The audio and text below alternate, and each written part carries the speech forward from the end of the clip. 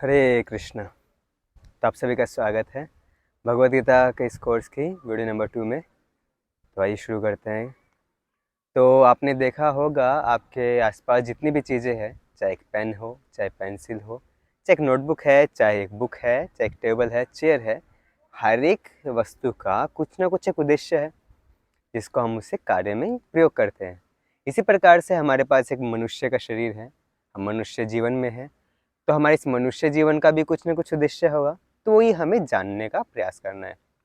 तो अगर आप देखेंगे, आप किसी भी रेलवे स्टेशन या किसी बस स्टैंड पे जाओ और वहाँ पे थोड़ी देर खड़े रहो, देखोगे हजारों लोग इधर से उधर जा रहे हैं, उधर से इधर जा रहे हैं, कुछ पता नहीं कहाँ जा रहे हैं। दिन भर लोग भाग रहे हैं, भाग रहे हैं, भाग रहे हैं।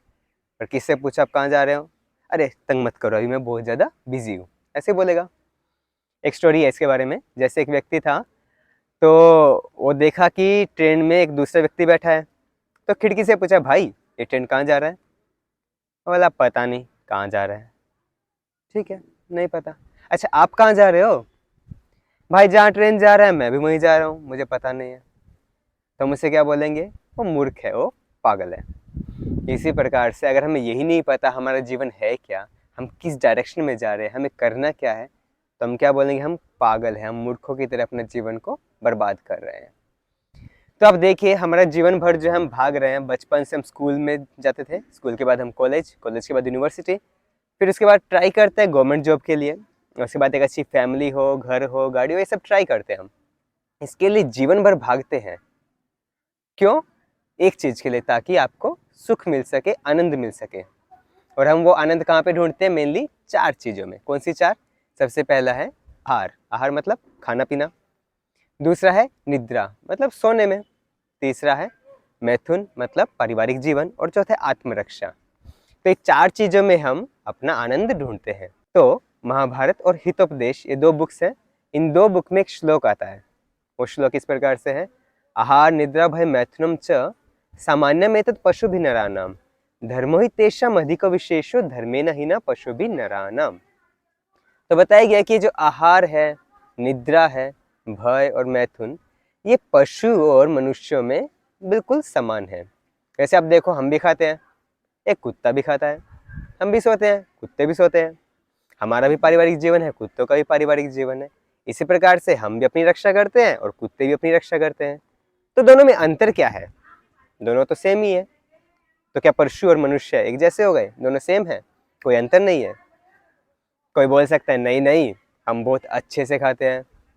तो आप देखो, आप डाइनिंग टेबल पे खाते हो, तो एक कुत्ता भी कोई कम नहीं खाता, वो उसकी भी एक गोल्ड की या सिल्वर की डिशेज होती है, और उसमें पेडिग्री स्पेशल फूड खाता है। वो बोलेगा नहीं नहीं, हम जो है एसी में सोते हैं, हमारा डनलॉप का गद्दा है, लेटेक्स का गद्दा है। पर आप देखो, कुत्ते भी कम नहीं है, कुत्ते भी अच्छी गाड़ी में घूमते हैं, अच्छे एसी में सोते हैं, अच्छा बेड पे सोते हैं, हमसे अच्छे जगह पे सोते हैं। इसी प्रकार से आप पारिवारिक जीवन देखो, हमें जीवन भर मेहनत करना पड़ता है। पहले बचपन से स्कूलिंग किया, उसके बाद कॉलेज किया, उसके बाद जॉब किया, तब जाके हमें गर्लफ्रेंड मिलती है या फिर एक पत्नी मिलती है। पर कुत्ते के लिए इतना कुछ करने का जरूरत नहीं है। कभी फीमेल डॉग नहीं पूछती, हाँ भाई तुम ग्रेजुएट हो? ग्रेजुएट हो तो मैं तुम्हारे साथ जाऊंगी, नहीं तो नहीं। ऐसा हुआ कभी? नहीं। कुत्ते को तो बहुत सारी गर्लफ्रेंड, बहुत सारी पत्नी आराम से मिल जाती है, और हमें इतना मेहनत करना पड़ता है। और चौथा, रक्षा करना। हमें खुद की रक्षा करने के लिए कितना सारा प्रयास करना पड़ता है। Bodyguard, CCTV camera, revolver, pistol, बहुत सारी चीज़ें होती है, ये सब रखना पड़ता है। कुत्ता क्या है, उसके पास दांत है, नाखून है, मार के खुद की रक्षा कर लेता है। तो कौन बेस्ट हुआ? हमें नॉर्मल सी चीज़ के लिए, खाने पीने सोने के लिए इतनी मेहनत करना, और कुत्ते को आसानी से मिल रहा है। तो कौन अच्छा हुआ? कुत्ता, एक पशु अच्छा हुआ। इसका मतलब पशु हमसे इन सब चीज़ों में बहुत ज़्यादा एडवांस्ड है। तो हम और पशु में अंतर क्या हुआ, ये तो पता करना है। तो महाभारत में क्या फर्स्ट लाइन ये बोली है, आहार निद्रा भय मैथुनम च सामान्य में तो पशु बिनरानम, की 4 चीजें मनुष्य और पशु में कॉमन है। परंतु धर्मो ही तेषाम् अधिको विशेषो धर्मे नहीं ना पशु भी नरानाम, कि जो धर्म है वो मनुष्य को पशु से अलग करता है। व्यक्ति, एक मनुष्य जो है, धर्म का मार्ग अपना सकता है। तो कोई प्रश्न कर सकता है, तो ये सब चीज़ें, जो 4 चीज़ें हम बताएं, कि हम खाना पीना छोड़ दें, सोना छोड़ दें, या पारिवारिक जीवन रक्षा छोड़ दें? नहीं, ऐसा छोड़ने का जरूरत नहीं, ये हमारी ज़रूरत है। ठीक है, ज़रूरत है, परंतु हमारे जीवन का उद्देश्य नहीं है। ये हमारा पूरा जीवन हमारा इन 4 चीज़ों में सिमट के ना रह जाए। जीवन का और भी उच्च लक्ष्य है, उच्च महत्व है, वो हमें जानना चाहिए। तो वेदांत सूत्र एक बुक है और उसका पहला श्लोक ही क्या है, अथातो ब्रह्म जिज्ञासा। इसका अर्थ क्या है कि अभी तुम्हें मनुष्य शरीर मिला ना, अब तुम जिज्ञासा करो। जिज्ञासा मतलब प्रश्न करो, किसके बारे में, परम सत्य के बारे में तुम जिज्ञासा करना शुरू करो। और अगर जिज्ञासा नहीं किया तो भाई तुम पशु के समान ही हो, क्योंकि पशु क्वेश्चन नहीं कर सकता है, पशु प्रश्न नहीं कर सकता है। फॉर एग्जाम्पल मैं भगवद गीता की चर्चा करता हूँ, ठीक है, तो मैं पशु से एक्सपेक्ट नहीं करूंगा कि वो आएगा और बैठ के सुनेगा। होगा कोई कुत्ता आएगा बैठ के सुनेगा यहाँ पे?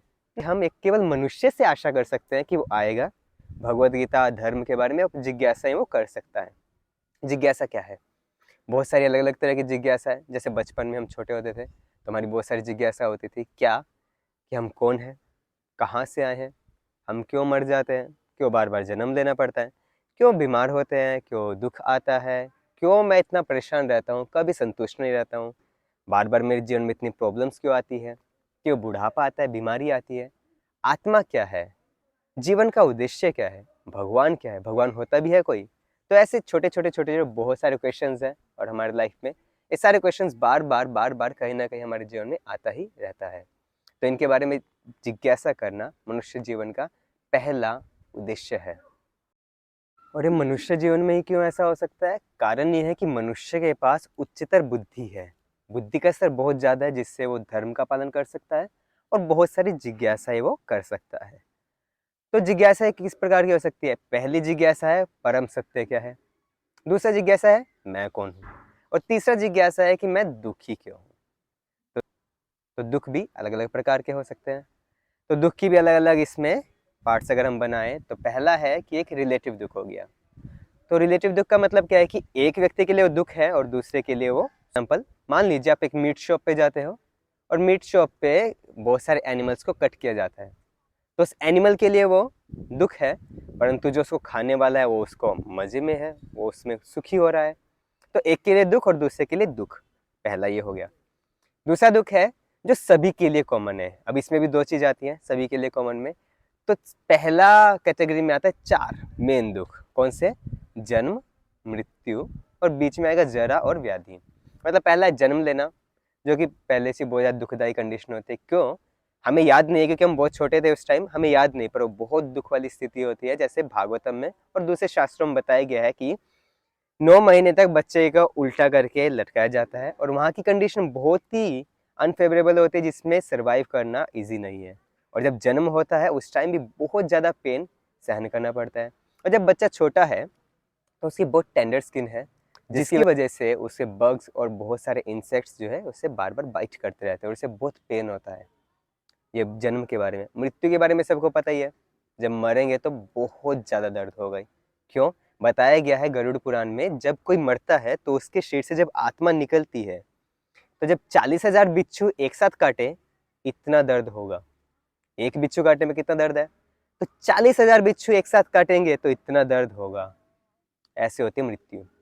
और जब बीमारी होती है तब तो सभी को एक्सपीरियंस है ही बीमारी का क्या दर्द होता है। मान लो हमारा जो टेम्परेचर बॉडी का 1 डिग्री सेल्सियस भी बढ़ जाता है, भाई साहब कितना मुश्किल है जीना, इतना दर्द होता है, पूरा शरीर में पेन होता है, ऐसा लगता है डॉक्टर डॉक्टर कहाँ है, बचाओ बचाओ, ऐसी स्थिति हो जाती है। और जब बुढ़ापा आता है तो किसी भी बूढ़े व्यक्ति से पूछ लो उसका एक्सपीरियंस, वो चल नहीं सकता है, बैठ नहीं सकता है, ज़्यादा देर सो नहीं सकता है, बोल नहीं सकता है, देख नहीं सकता है, सुन नहीं सकता है, खाना पीना में कंट्रोल करना पड़ेगा। तो ये 4 प्रॉब्लम, जन्म, मृत्यु, बुढ़ापा और बीमारी, इस सभी की लाइफ में आएंगी। कोई नहीं बोल सकता मैं इसमें मुक्त हूँ, कोई नहीं बोल सकता कि मेरी लाइफ में प्रॉब्लम्स नहीं आएंगी। और इसी प्रकार से दूसरी कैटेगरी में कहते हैं तीन होते हैं, 3 ताप, 3 तरह की क्लेश, जिसमें 3 में सबसे पहले अधिभौतिक, दूसरे अधिदैविक, तीसरा है अधिआत्मिक। अधिभौतिक का मतलब क्या होता है? मतलब जो दूसरे लिविंग एंटिटीज हमारे आसपास जितने भी दूसरे जीव है उनसे हमारे जीवन में जो दुख आता है वो अधिभौतिक क्लेश है। जैसे मैं बैठा हूँ, मुझे आके मच्छर काट जाए तो मुझे दर्द होगा, तो ये एक प्रॉब्लम। मैं बैठा हूँ, कोई कुत्ता आके काट गया, चल रहा हूँ, गाय ने सींग मार दिया, या दूसरा मनुष्य ने मुझे परेशान कर दिया, ये तो नॉर्मल सबकी लाइफ में होता ही रहता है। ये पहला क्लेश। दूसरा है अधिदैविक। अधिदैविक मतलब जो देवताओं द्वारा कष्ट मिलता है। ज़्यादा बारिश हो गया, ज़्यादा गर्मी हो गया, ज़्यादा ठंडी, ज़्यादा सूखा पड़ गया, और ये सारे जितना प्रॉब्लम्स है, भूकंप, सुनामी, ये सारा देवताओं द्वारा जो कंट्रोल किया जाता है, ये हो गया अधिदैविक क्लेश। और तीसरा है अधिआत्मिक क्लेश। अधिआत्मिक मतलब खुद से। जब हमारा मन अशांत है, हम संतुष्ट नहीं हैं, और हम डिप्रेशन में है, एंजाइटी है, टेंशन्स है, बहुत सारी फ्यूचर की प्रॉब्लम्स है, प्रेजेंट की प्रॉब्लम है, पास्ट को लेके चिंतित हैं, इन सब चीज़ों से जो हम खुद ही परेशान होते रहते हैं, इसे बोलते हैं आध्यात्मिक क्लेश। तो इस पूरी दुनिया में कोई भी ऐसा नहीं है जो बोल सकता है कि मैं जन्म, मृत्यु, बुढ़ापा, बीमारी और इन 3 तरह के क्लेशों से मुक्त हूँ। सभी के जीवन में ये क्लेश, ये प्रॉब्लम्स, ये दुख हमेशा है ही, कम ज़्यादा हमेशा हमेशा ये रहते ही हैं। तो ये प्रॉब्लम्स तो पता चल गया है, इनका सॉल्यूशन भी पता करना पड़ेगा। सॉल्यूशन कैसे मिलेगा? तो जब भी हमारी लाइफ में कोई प्रॉब्लम आती है, हम सबसे पहले कहाँ जाते हैं? मॉडर्न साइंस के पास, साइंटिस्ट के पास, क्योंकि उनके पास सारे सॉल्यूशन होते हैं हर एक प्रॉब्लम का। तो मान लीजिए अभी जन्म को रोकना है, बहुत सारे साइंटिस्ट प्रयास करते हैं कि और पॉपुलेशन को रोक दें, और कुछ हद तक वो रोक सकते हैं, पूरी तरह से नहीं रोक सकते। बुढ़ापा कोई नहीं रोक सकता है। हाँ, हो सकता है आप एंटी एजिंग क्रीम यूज़ कर लो, थोड़ा रिंकल्स कम हो जाएंगे, या आप डाई यूज़ कर लो तो आपके बाल ब्लैक हो जाएंगे दोबारा, बस इतना कर सकते हैं, पर आप एज को नहीं रोक सकते हो। बीमारियाँ पूरी तरह से आप बीमारी को ख़त्म नहीं कर सकते, आप बीमारी को सप्रेस कर सकते हो, ठीक है। लास्ट का मृत्यु, उसको तो कोई रोक ही नहीं सकता। और ये 3 प्रकार के दुख जो दूसरे जीवों से मिलते हैं, देवताओं से मिलते हैं और अपने मन से मिलते हैं, इसका भी सॉल्यूशन मॉडर्न साइंस के पास नहीं है। तो मॉडर्न साइंस पूरी तरह से हमारी हेल्प नहीं कर सकती। हाँ, हमारी प्रॉब्लम्स को कुछ हद तक कम कर सकती है, पर पूरी तरह से सॉल्व नहीं कर सकती। तो दूसरा क्या है बचा अभी? ज़्यादातर लोग साइंस के पास जाते हैं, नहीं तो फिर स्पिरिचुअलिटी आता है।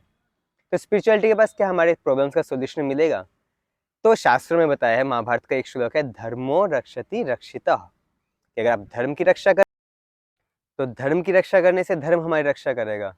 और धर्म हमारी कैसे रक्षा करेगा? धर्म होता क्या है, धर्म कौन सा है, किस धर्म को मानना चाहिए, रियलिटी क्या है, ये हम चर्चा करेंगे अगली वीडियो में। तो अभी के लिए इतना ही। हरे कृष्णा।